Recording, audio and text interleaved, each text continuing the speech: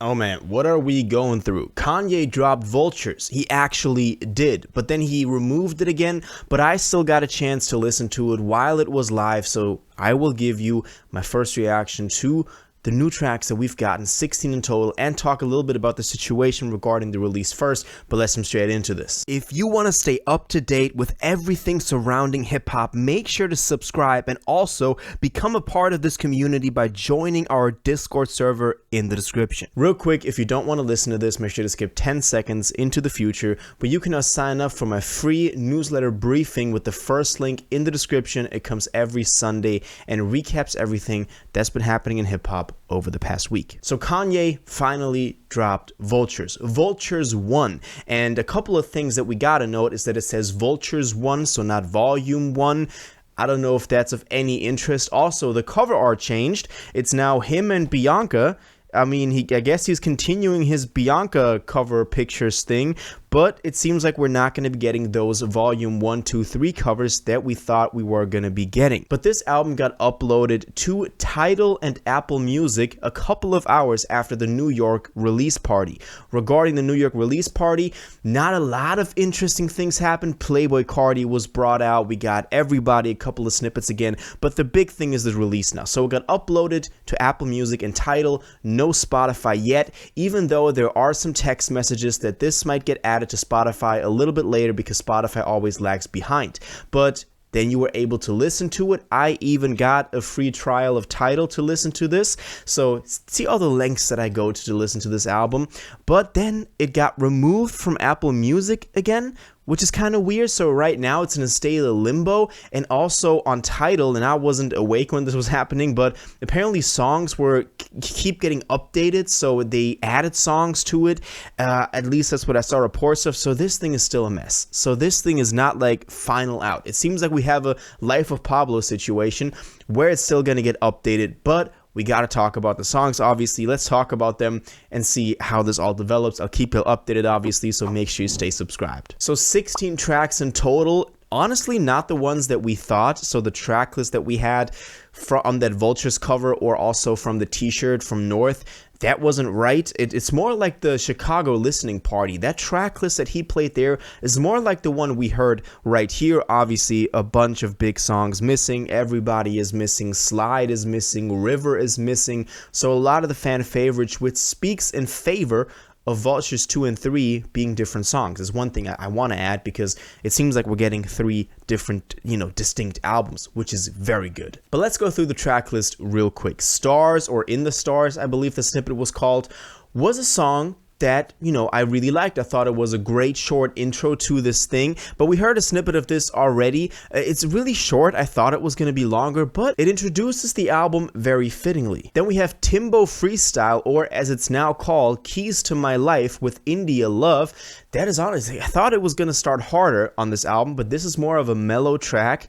Kanye honestly talking about some interesting things, and I feel like this perfectly sets the mood before we get into Paid, with obviously no Future on there like we heard in Chicago, but still a hard track. And already we can tell that there's a lot of minimalistic production on this, also like the music video we've seen. But for example, on Paid, or also later on Burn, we can see some experimental type of production on there that sometimes reminds you of Yeezus. That is one thing that I immediately noticed. And generally we can see a little bit of everything from his past albums mixed into this, but I'll talk about when we get to that. Then we have Talking with Northwest, that I think we've talked about quite a lot over the past couple of days. It was the second single to this thing. Obviously, not a lot changed on this. In general, there wasn't a lot of changes to the songs that we've heard. Maybe a little bit of production tweaking here and there, but the stuff that we've heard in Chicago was very close to what we got here.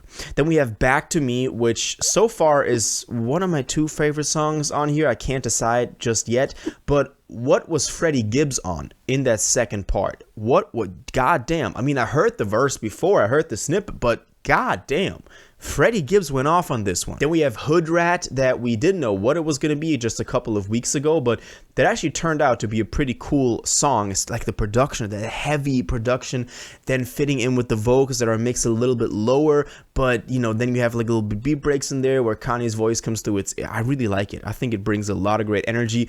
Then Do It, which has an amazing hook from Ty Dolla $ign, and also Nipsey Hussle is I thought I didn't hear right when I first heard that song, but we actually have a Nipsey feature on here, and then YG with his verse on After the Beat Switch that we've heard in Chicago as well. Wasn't a highlight to me. I thought they could have left YG out of here, but in general, you notice that Ty Dolla $ign, I think it's a good thing that he's on here. He's kind of like that constant that is as unpredictable as Kanye sometimes gets. You know, we have Ty Dolla $ign that brings a little bit of stability into all of this, and I think that's a good thing. It more feels like a Kanye album though, and Ty is just there to kind of, you know, have some nice vocals on there. Honestly carries on some of the tracks when it comes to the vocal performances, but all in all, it sounds like a Kanye album, from the production to, you know, the features to the way the songs are structured. So it's definitely a Kanye record. No disrespect to Ty though, I think to have a record with Kanye and still be in there in the title with him and deliver that great on the songs, that's insane. Anyway, Paperwork with Quavo, the new Quavo feature on here that we heard in Chicago, I think for the first time. That was a nice song. I mean, I liked it. It was honestly nothing special. A Burn then was shorter than I thought it was going to be, but a nice track. And, you know, Kanye over those boom bap drums in the second half of the track was really cool. And also, as I said, a little bit of experimental production on there, kind of like Yeezus style, so that's cool. Then Fuck Some, obviously, this is going to be the big one probably. Kind of like Off the Grid was on Donda, but with Playboi Carti and Travis Scott, and this is the banger that we all knew it was going to be. So not a lot to say about this. Quavo got removed. He's now on Paperwork, but Playboi Carti is still in there, which was kind of in limbo. I don't know if that was, you know, kind of factual for the entire thing for Chicago. I think he was not on the Chicago version of this, but this is going to be the big one. So, yeah, Fuck Some, probably the hit on here. Then Vultures with Bum J and Lil Durk. I honestly got to say, listening to this now, it fits in better into the album than I initially thought it would after only listening to it as a single. But we've talked about this quite a bunch. Then Carnival, I can see a lot of potential for Carnival, especially with the energy it brings. Playboi Carti now also having a part on here. And Rich the Kid, I mean, Rich the Kid, I don't know, it kind of fits, but it's not, he's not the first person that I wanted to hear on this track. But so far, it's not really, it hasn't caught me yet, you know, but I get the appeal, I get the potential, but this is honestly not my favorite track on here. Then Beg Forgiveness with Chris Brown, a very long track, over 6 minutes. Sometimes you feel like, okay, maybe they could have skipped that part, maybe they shouldn't have repeated that Beg Forgiveness for the 100th time. But it's kind of the vibe of this track. I mean, we have Kanye tracks like that sometimes where you kind of think like, oh man, this is a long track. He could have shortened this up a little bit.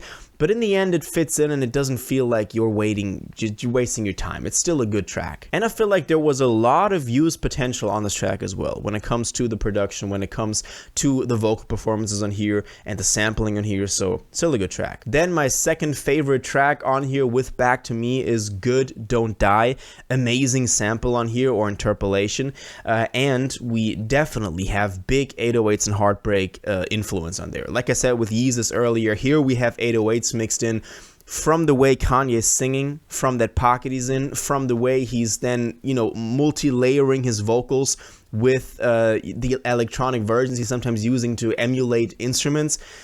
That's fire. I love this track. This is honestly brings me back to the 808 days when I was listening to that album. So this is my second favorite on here. Then Problematic is Leader of the Vatican that we've heard in Chicago, and that's very good, I gotta say. And I feel like, you know, we weren't even aware of this track being this present on there, but it really works. I really like this song on here. And the last track, King, I thought maybe could have used a little more energy, but I think it's a good way to outro the album, you know, being crazy and what else did he say? Like bipolar, anti-Semite, but still the king. And it's a very mellow track, but still the king. So that's what I thought of the individual tracks. Obviously, we gotta listen to this album a bunch of more times to catch all the little details. And I obviously didn't cover everything right here. This is legit. I just got back from a walk. That was my first listen.